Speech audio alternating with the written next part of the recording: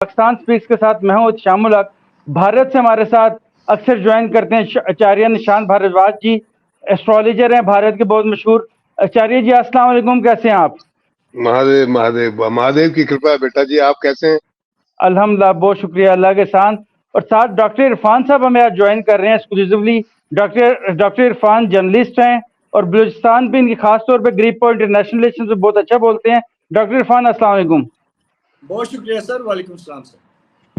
आचार्य जी, वैसे तो आप एज एन एस्ट्रोलॉजर बिठाते हैं, लेकिन आज एस्ट्रोलॉजर की जगह आपको इंटरनेशनल रिलेशन का एक्सपर्ट बना के बिठा रहे हैं। मैं आपकी वीडियोस अक्सर देखता हूँ। जी जी जी जी। आचार्य जी बताइए, क्या कर रहे हैं? भारत के साथ क्या हो रहा है? कनाडा में क्या पूरा पूरा यूरोप और अमेरिका आपके पीछे पड़ गया है? अमेरिका से लेके कनाडा तक कुछ छोड़ ही नहीं रहा आपको। तो क्या हरकतें कर रहे हैं मोदी जी? ऐसा नहीं है, मोदी जी कुछ नहीं कर रहे। अभी क्या है, ट्रूडो आए थे यहाँ पे G22 में जो समिट हुआ था, तो उनके प्लेन के अंदर कुछ ड्रग्स मिले थे, तो काफी उनकी पड़ताल हुई, काफी देर उनको रोका गया, और वो जो बरामदगी हुई, फिर क्या है, थोड़ा बचाव हुई, बीच बचाव होके उनको सेफ पैसेज देके 2-2.5 घंटे बाद निकाला गया। बेशर्मी वाली हालत पैदा हो गई थी। और इंटरनेशनल डिप्लोमेसी में बहुत ज्यादा चीजें उछाली नहीं जाती है जब वो आपके मेहमान होते हैं, और उधर उनको किसी ने भाव दिया नहीं। अच्छा, वहां पे इंटरनली कनाडा की हालत ये है कि इंदिरा गांधी जी जो हमारी पीएम थी, उनका क्या था कि जब कोई लीडर किसी रीजन में उभरने लगता था ना, उनकी पार्टी में, तो उसके सामने वो किसी दूसरे लीडर को खड़ा कर देती थी। तो उन्होंने अकाली दल को दबाने के लिए भिंडरावाला को सामने खड़ा किया था। उस समय India was under influence of Russia, क्योंकि हम सारे हथियार रशिया से खरीदते थे। तो अमेरिका जो है यहाँ पे चीजें जो है खराब करने की ताक में 1919 से ही है, आज से नहीं है। 1919 से 1909 से अमेरिकन एम्बेसी जो पहले कलकत्ता में हुआ करती अंग्रेजों के टाइम में, तो उस टाइम में भी बहुत सारी ऐसी चीजें सामने आई थी कि वो इस रीजन को डिस्टर्ब करना चाहती है। They America wanted India to become a colony of America, जो बाद में जाके नेहरू जी रशिया के साथ चले गए। Indira Gandhi was intact with Russia. तो उन्होंने क्या किया, भिंडरावाले को फंडिंग करके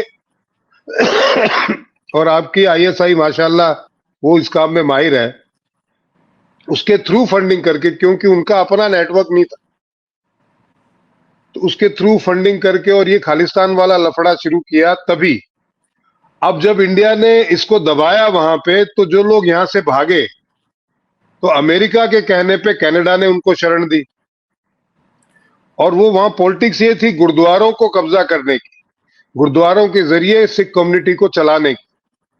अब चूंकि वो हार्डकोर क्रिमिनल थे जो यहां से भाग के गए, उनके ऊपर, सबके ऊपर केसेस हैं। अभी भी जो जाते हैं वो वही जाते हैं जो हार्डकोर क्रिमिनल हैं। 10-10, 15-15, 20-20 केसेस हैं, रैंसम के केसेस हैं उनके ऊपर जो है मर्डर के केसेस हैं, ड्रग्स के केसेस हैं।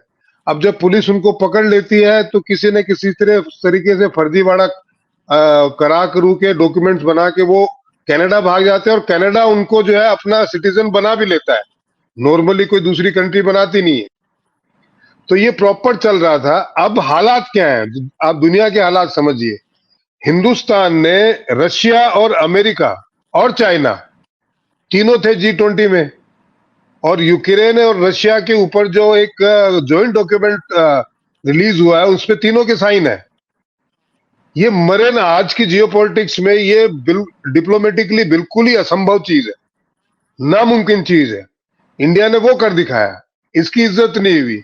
और वैसे भी जिस आदमी के प्लेन में ड्रग्स मिला हो, तो वो लेता होगा तभी मिला होगा, कोई जबरदस्ती तो कनेडियन पीएम या प्रेसिडेंट के उसके प्लेन में रखेगा नहीं। अब वहां जाके उसने 2-4 चिलम लगाई और जाके पता नहीं क्या बोला है अब जो आपके सामने है। इंडिया ने इमीडिएटली रिएक्ट किया। आज वो भारत नहीं है ना कि आप कुछ भी कर लोगे, इधर जर्मनी बोल जाएगा, इधर यूरोप बोल जाएगा, पूरा अमेरिका ने कहा साथ दिया। उसी शाम को वो न्यूजीलैंड, न्यूयॉर्क गए भाग के। उन्होंने ऑस्ट्रेलिया के पीएम को कहा कि आप बयान दें। उन्होंने इंग्लैंड के पीएम को कहा कि आप, किसी ने बयान नहीं दिया इंडिया के अगेंस्ट। आज वो इंडिया नहीं है जो वो सोच रहे हैं कि 20 साल पहले था कि आप बोलोगे तो पूरी दुनिया आपके साथ खड़ी हो जाएगी। ठीक। इरफान साहब कुछ कहना चाहते हैं? इरफान भाई आप बताएं ये किस किस्म के, इरफान भाई आप बताएंगे किस किस्म के, कभी बलूचिस्तान से लोग पकड़े जाते हैं भारत को निशान जी इंडिया को, कभी पकड़े जाते हैं कनाडा से पकड़ना शुरू हो गए हैं। ये क्या इनके कोई एजेंसीज के लोग रहा के लोग थोड़े क्या फारिग हो गए, क्या मामला है? देखिए जी इल्तिहाम साहब, बड़ा इंपॉर्टेंट आपका मौजू है और इंडिया का जो ट्रैक रिकॉर्ड है ना, आप बड़ा डिटेल से जाएं हिस्ट्री में। हमारे इंतहाई काबिल एहतराम गेस्ट हैं हमारे साथ, तो आप हैरान होंगे कि इंडिया का दूसरे मुल्कों के अंदर प्रॉक्सीज का और स्पॉन्सर टेररिज्म का एक तवील रिकॉर्ड है। इनकी जो इंटेलिजेंस एजेंसी है रॉ, उसने न सिर्फ आपने बात की बलूचिस्तान में कुलभूषण यादव पकड़ा गया, वो आपके सामने है। इसी तरीके से उनके अफगानिस्तान के अंदर जो इन्होंने अपना वो कॉन्सुलेट के नाम के ऊपर जो दहशतगर्दी के अड्डे बनाए हुए थे, वहाँ से ये BLA BSN को प्रमोट कर रहे हैं, सपोर्ट कर रहे हैं।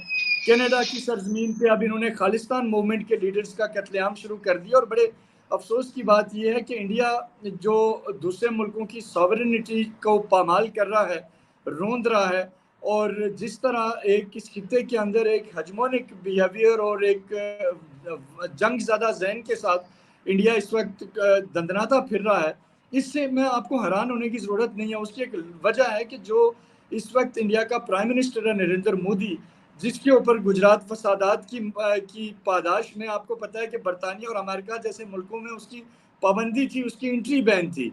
वो आदमी जो जिसने गुजरात फसादात में हज़ारों लोगों का उसने कत्लेआम करवाया, जो वेल नाउन एक टेररिस्ट है दुनिया की नज़र में, वो जब वज़ीर आज़म होगा तो वो कनाडा के जस्टिन ट्रूडो के खिलाफ भी बात कर सकेगा, वो कुछ भी कर सकेगा। और इस वक्त इंडिया, मैं ये समझ रहा हूँ कि मोदी के इकदाम की वजह से इंटरनेशनली आइसोलेशन का शिकार हो रहा है।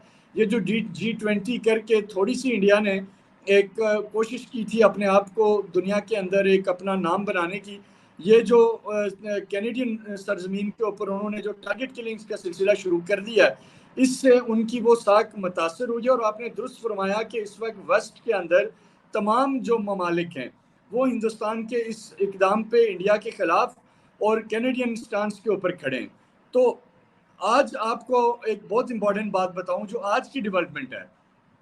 आज 4 साल के बाद मीर वाइज उमर फारूक को मकबूजा कश्मीर में हिंदुस्तान ने इजाज़त दी कि वो नमाज जुमा पढ़ा सके, और आज जब वो मेंबर पे नमाज जुमा पढ़ाने पहुंचे तो हज़ारों लाखों की तादाद में लोग वहाँ निकले और पाकिस्तान जिंदाबाद और हम क्या चाहते हैं आज़ादी के नारे लगे।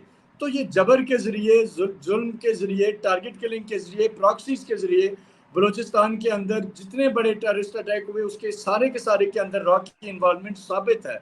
कुलभूषण यादव की गिरफ्तारी के अलावा भी कई हमारे डोजियर इंटरनेशनल भी गए हैं जिनके अंदर ये साबित होता है कि इंडिया बलूचिस्तान में बड़े हाई लेवल के ऊपर कर रहा है। तो मैं अपने माज़िज़ मेहमान को ये दरख्वास्त करूंगा कि आप जैसे जो पढ़े लिखे लोग हैं इंडिया के अंदर, जो आप जैसे सूझबूझ रखने वाले लोग हैं हिंदुस्तान के अंदर, आपसे मैं ये अपील करूंगा कि आप अपने हिंदुस्तान को बचा लें, क्योंकि जो हालात वहाँ हो रहे हैं, जिस तरह खालिस्तान मूवमेंट पीक पकड़ रही है, जिस तरह मणिपुर में, नागालैंड में और आपकी यूपी के अंदर नक्सल बागी जो हालात बन रहे हैं वो आउट ऑफ कंट्रोल होते जा रहे हैं। और अगर आपका यही रवैया रहेगा कि आप इल्ज़ाम लगाएंगे कि जस्टिन ट्रूडो के मोबाइल से, जस्टिन ट्रूडो के जहाज से मंशियात निकली, तो ये बड़ा सवालिया निशान होगा आपकी इंटेलेक्चुअल जो अप्रोच है, क्योंकि आप माशाल्लाह एक अच्छे तबके से ताल्लुक है।